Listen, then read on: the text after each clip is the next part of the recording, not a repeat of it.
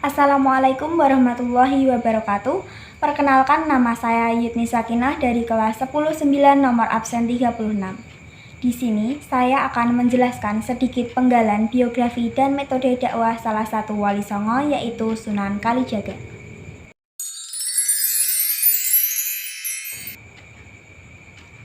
Raden Syahid atau Sunan Kalijaga lahir pada tahun 1450 Masehi di Tuban.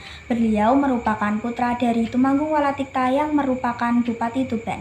Ibunya bernama Nawangrum dan kakeknya bernama Arya Teja atau Abdurrahman yang merupakan keturunan Arab yang memiliki nama sambung Kalijaga. Menurut dari salah satu pendapat, berasal dari rangkaian kata dalam bahasa Arab, yaitu kadi yang artinya penghulu dan zaka yang artinya mensucikan atau membersihkan. Jadi, arti kadi zaka adalah pemimpin yang senantiasa menegakkan kebenaran dan kesucian ajaran Islam. Oleh lidah-lidah orang Jawa disebut dengan Kalijaga. Sunan Kalijaga juga memiliki beberapa istri, yaitu Dewi Sarah binti Maulana Ishak yang dari pernikahannya dikaruniai 3 orang anak. Salah satunya yaitu Raden Umar Said atau biasa dikenal dengan Sunan Muria. Raden Said dididik dalam lingkungan keluarga ibunya, yaitu Putri Nawangrum yang merupakan keluarga dari Bupati Tuban. Pemahaman Raden Said tentang sastra Jawa menjadikannya ia mahir dan kelak akan menyampaikan dakwah lewat seni budaya di usia remaja. Raden Said tumbuh menjadi ilmuwan silat dan remaja yang kontroversi di mata orang Tuban. Dikarenakan di sisi lain Raden Said banyak bergaul dengan rakyat jelata meski ia seorang putra bangsawan. Karena Raden Said melihat para pejabat pemerintahan yang memungut upeti para rakyat jelata.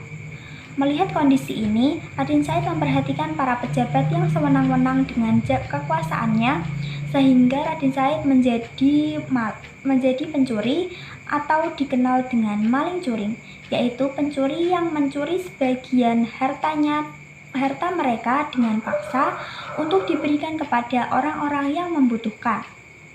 Apa yang dilakukan Raden Said ini kemudian diketahui oleh ayahnya dan kemudian diusir dari rumah dan tinggal di hutan Jatisari.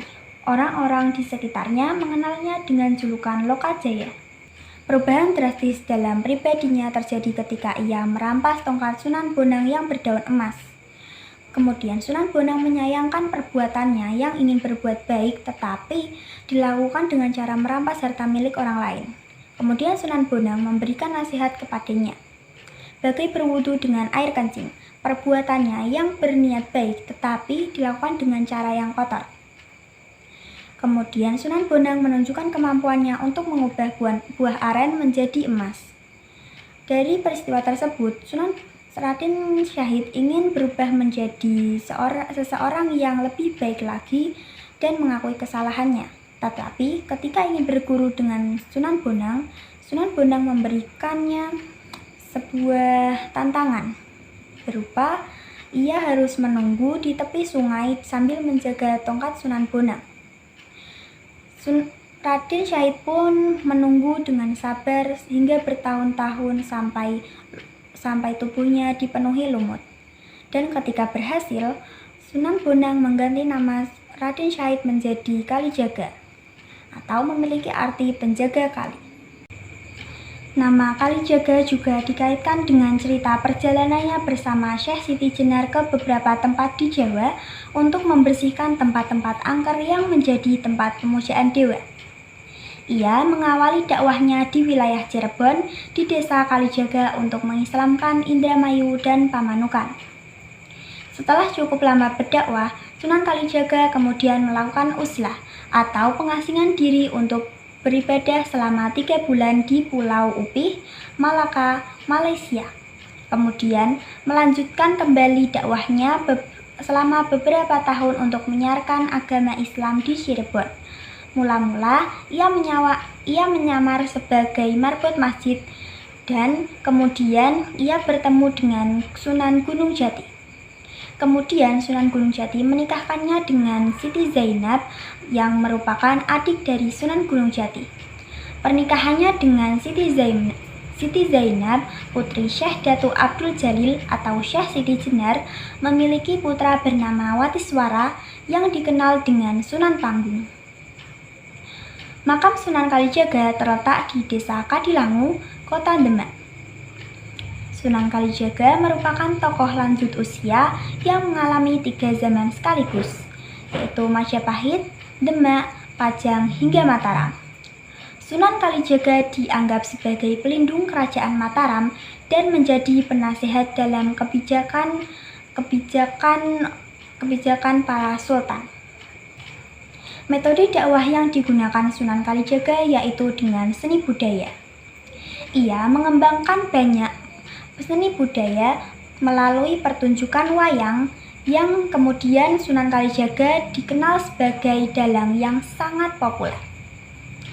Ia mengubah sedikit cerita wayang, kemudian bernafaskan Islam seperti Jamus Kalimosodo, Babat Alas Wonowerto, Wahyu Purbaningrat, Wahyu Tohjali, dan lain-lain.